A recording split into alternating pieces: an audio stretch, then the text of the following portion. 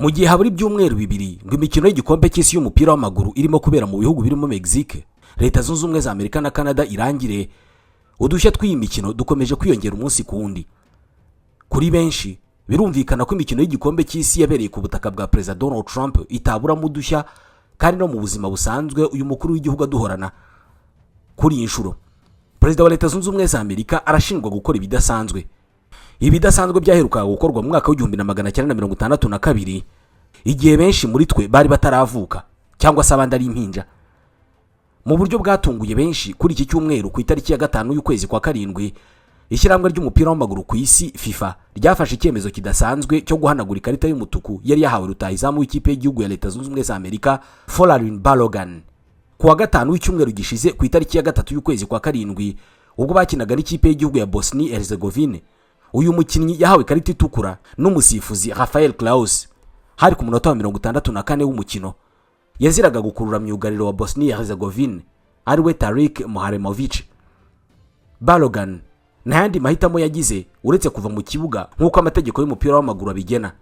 Icyakora yagize amahirwe n'ubundi ekipe ye itahana intsinzi y'ibitego 2-0. Intsinzi yabemereye gukomeza muri kimwe cya 16 aho bagomba guhura na ekipe y'Ububiligi. Balogun kandi yahawe ikarita amaze kugeza ku bitego 3 yatsinze kuva igikombe cy'isi cyatangira muri uyu mwaka. Ni umwe mu Leta Zunze Ubumwe za Amerika zigenderaho muri ibi bihe. Iyi karita yahawe Balogun yavuzweho cyane nyuma y'umukino.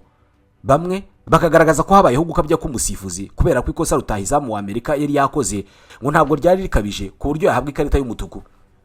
Umupira w'amaguru ni ukumera, ntabwo ari kenshi umusifuzi afata ibyemezo ngo byemeranyweho n'abakinnyi, abatoza n'abafana.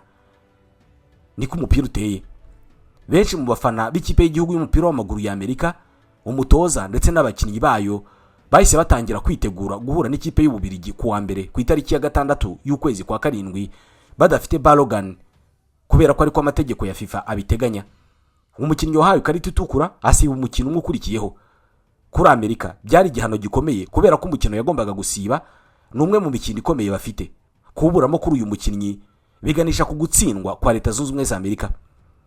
Mu gihe buri wese yibazaga uko Leta Zunze Ubumwe za Amerika ziza kwikura imbere y'Ububiligi, ku cyumweru ku itariki ya 5 y'ukwezi kwa karindwi FIFA yasohoye itangazo ritunguranye rivuga ko Balogun yarenganyijwe, ko atarakwiriye guhabwa ikarita itukura, bityo bayimukuriraho. Ikarita itukura yakuweho yemererwa kugaragara mu mukino ekipe ye iza gukina n'Ububiligi. Ubusanzwe amategeko ngengamyitwarire ya FIFA ntabwo yemera ubujurire ku bakinnyi bahawe amakarita atukura y'ako kanya rwagati mu mukino. N'ubuyobozi bw'umupira w'amaguru muri Amerika, Balogun akimara guhabwa ikarita y'umutuku bwagaragaje ko bigoye kujurira ikarita nk'iyo. Igitangaje ariko itangazo rya FIFA rivuga ko hakurikijwe ingingo ya 27 y'amabwiriza ngengamyitwarire, ikarita yahawe Balogun ikuweho by'agateganyo kugira ngo abashe gukina, ariko ikazakurwa burundu ku izina rye nyuma y'umwaka. Ni nka bya bihano inkiko zijye zitanga bisubitse kubera ko FIFA yaburiye Balogun ko niyibeshya kongera gukora ikosa nk'iryo yahaniwe ngo ya karita itukura izahabwa agaciro, agahanishwa gusiba umukino umwe.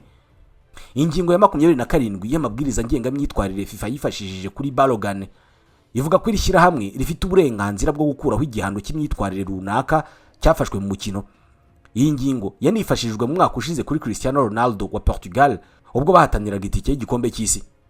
Ubwo Portugal yahuraga na Ireland, Cristiano Ronaldo yahawe ikarita itukura azira gutera inkokora myugariro wa Ireland Dara O'Shea.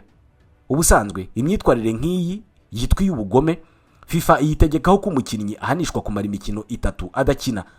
Bivuze ko iyo bishyirwa mu bikorwa, Cristiano yari gusiba imikino ya mbere ikipe ye yakinnye mu gikombe cy'isi muri uyu mwaka. FIFA yaje gukurira Cristiano ibihano ahanishwa gusiba umukino umwe, aho byahuriranye n'umukino wa gishuti ekipe ye yakinnye mbere y'igikombe cy'isi, maze indi mikino ayikina nta nkomyi. Nubwo ikibazo cya Cristiano na Balogun bijya gusa, ntabwo bihuye nk'uko twatangiye tubivuga, kubera ko kuri Balogun byasabye ko Leta Zunze Ubumwe za Amerika nk'igihugu kibyivangamo, mu gihe ubusanzwe bikunze kuvugwa ko umupira w'amaguru utajya wivanga na politike. Kuri iyi nshuro byivanze, ari nacyo kirimo kugora abantu kubivangura. Ikarita ya Balogun yakuweho nyuma y'igitutu Perezida Donald Trump yashyize kuri FIFA, by'umwihariko inshuti ye Gianni Infantino uyobora iryo shyirahamwe. Ibi by'uko guverinoma runaka yivanga mu myanzuro ya FIFA byaherukaga mu myaka 64 ishize. ni ukuvuga mu mwaka w'igihumbi na magana cyenda na mirongo itandatu na kabiri, ubwo umukinnyi wo ku ruhande wa Brazil Garrincha yahabwaga ikarita y'umutuku azira gutera umugeri umukinnyi wa Chili. Icyo gihe bakinaga umukino wa kimwe cya kabiri, barawutsinda bajya kuri final aho bakinnye na Czechoslovakia ndetse bayitsinda ibitego 3-1.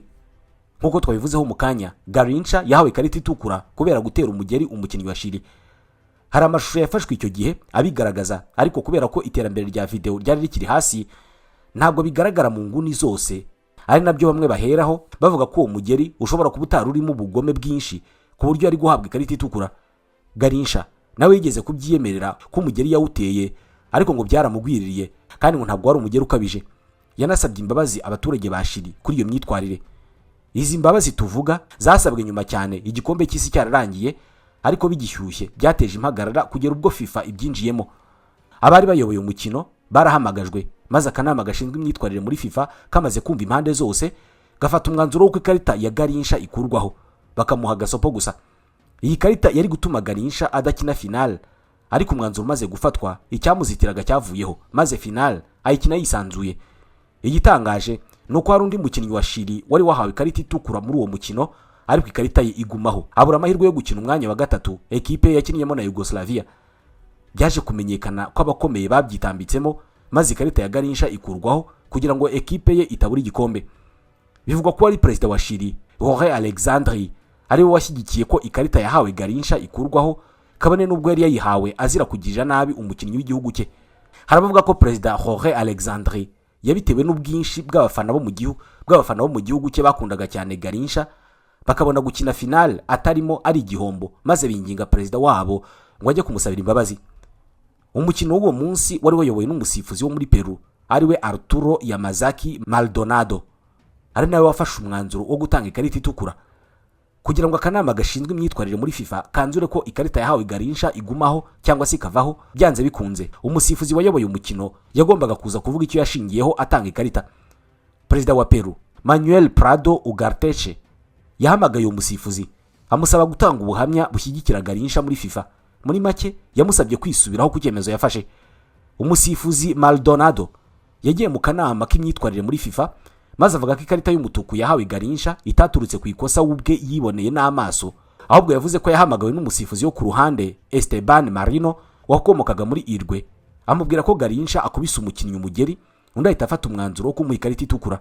Muri make yemeje ko yagendeye ku mabwire aho kuba ibyo we yiboneye n'amaso. Mwibuke ahangaha turi mu myaka igihe bya video byari bikiri inzozi, nizafatwaga zabaga ari umukara n'umweru, ndetse utapfa gutandukanya abakinnyi na bano. Ntabwo ari nk'ibi aho umusifuzi bimuyobera akirukira kuri VAR. Akanama kamaze kumva ko umusifuzi Maldonado atigeze yibonera ikosa n'amaso ye, byabaye ngombwa ko hatumizwa umusifuzi wo ku ruhande Esteban Marino. Umunsi wo gutanga ubuhamya baramutegereje baraheba. Gihamya yo gushimangira ikarita yahawe Garrincha irabura, bafata umwanzuro wo gutesha agaciro iyo karita. Birumvikana ko niba umusifuzi wo hagati atarigeze yibonera ikosa n'amaso ye, waribonye akaba yaraburiwe irengero, nta kindi cyari gushingirwaho. Gusa birumvikana ko politike yari irimo, haba ku batanze ubuhamya n'ababuhawe. Ariko se umusifuzi wo ku ruhande Esteban Marino wiboneye ikosa riba yagiye he? Iki ni ikibazo na magingo ya abantu bakibaza.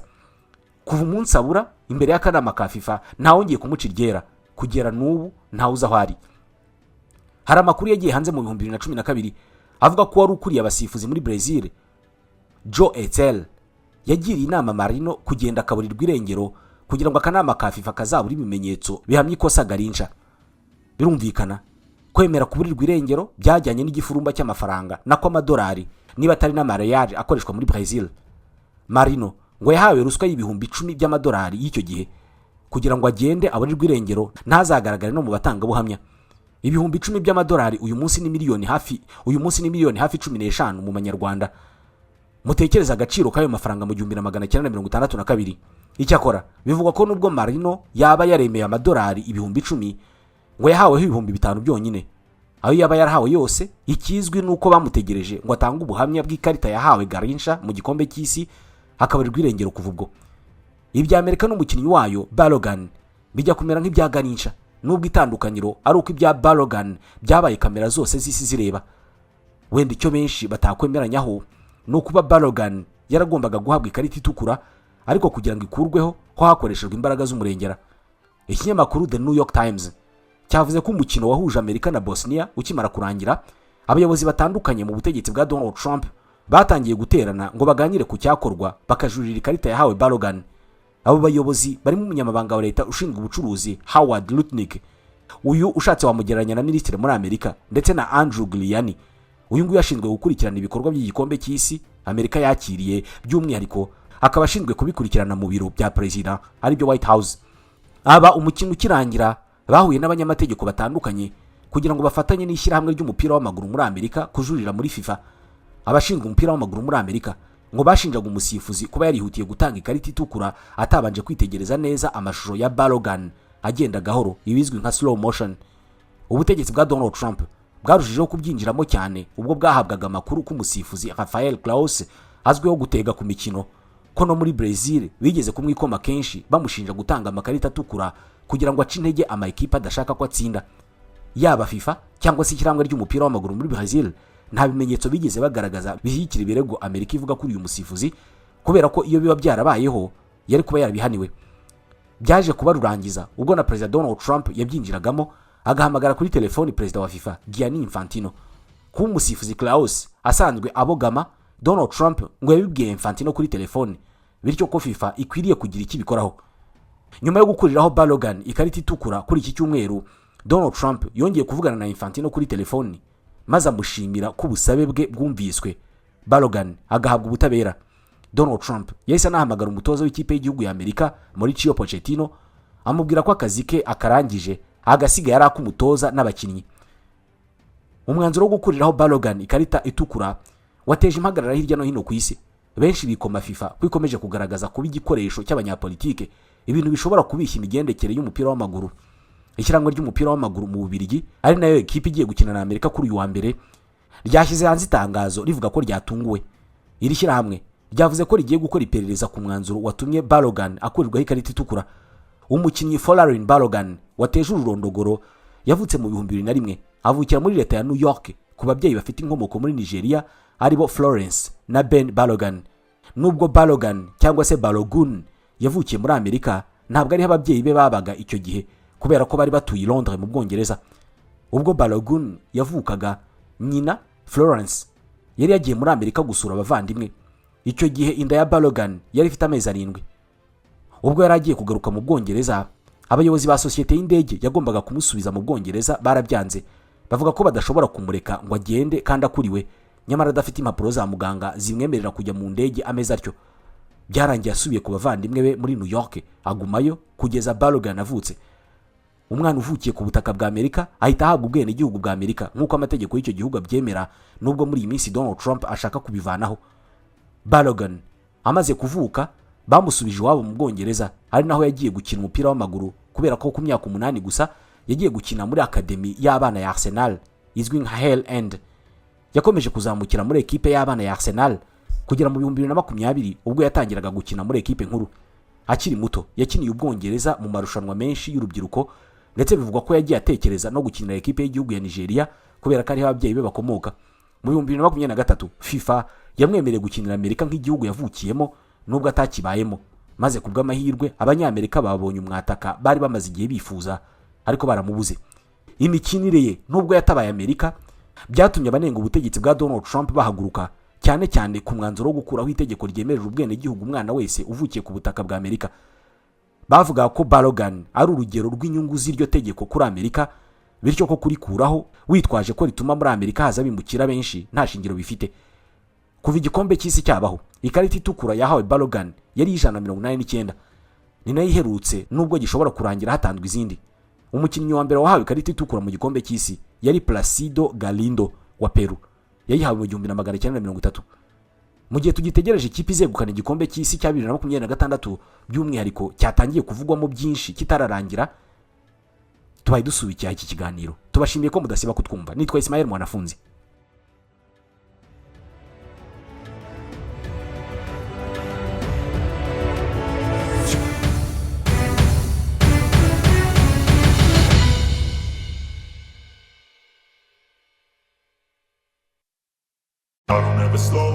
Inzu yubakwa n'ubuhanga kandi igakomezwa n'ubwenge, niko Bibiliya ivuga. uwanditse uyu murongo wo mu gitabo cy'imigani umutwe wa 24 wagira ngo yarazi ko uyu munsi hazaba hariho kompanyi y'abubatsi b'umwuga yitwa BCAG Limited. Muri BCAG Limited ntabwo twubaka inzu gusa, ahubwo duhanga ibikorwa remezo bitandukanye, kuva ku gukora design, kuzamura inzu, gukora amasuku cyangwa finissage n'ibindi bijyana nabyo, kugera ku gutanga services zose zirebana n'umutungo utimukanwa, harimo kugura, kugurisha, gukodesha, gutanga inama ku mikoreshereze y'ubutaka, gutanga inama ku gushora imari mu mitungo itimukanwa n'ibindi byose bijyanye nabyo. Muri BCAG Limited twemera ko ari uburenganzira bwa buri wese ufite ubushobozi kuba cyangwa se gukorera mu nzu nziza kandi ikomeye. Ariyo mpamvu aba-engineer bacu bamara igihe kinini cyane bashushanya banubaka izi nzu zose ubona twamaze kuzuza n'izi tukirimo kubaka. Aho uri hose mu gihugu tukugeraho. Duhamagare cyangwa utwandikire kuri 07 88 25 69 58 cyangwa 07 88 75 8069. Dukorera ku Kicukiro mu mujyi wa Kigali, ariko wanatwandikira email kuri bcaglimited@gmail.com. Wanasura imbuga nkoranyambaga zacu. Ese BCAG Limited itaraza ninde wabubakiraga? I had to do it all myself.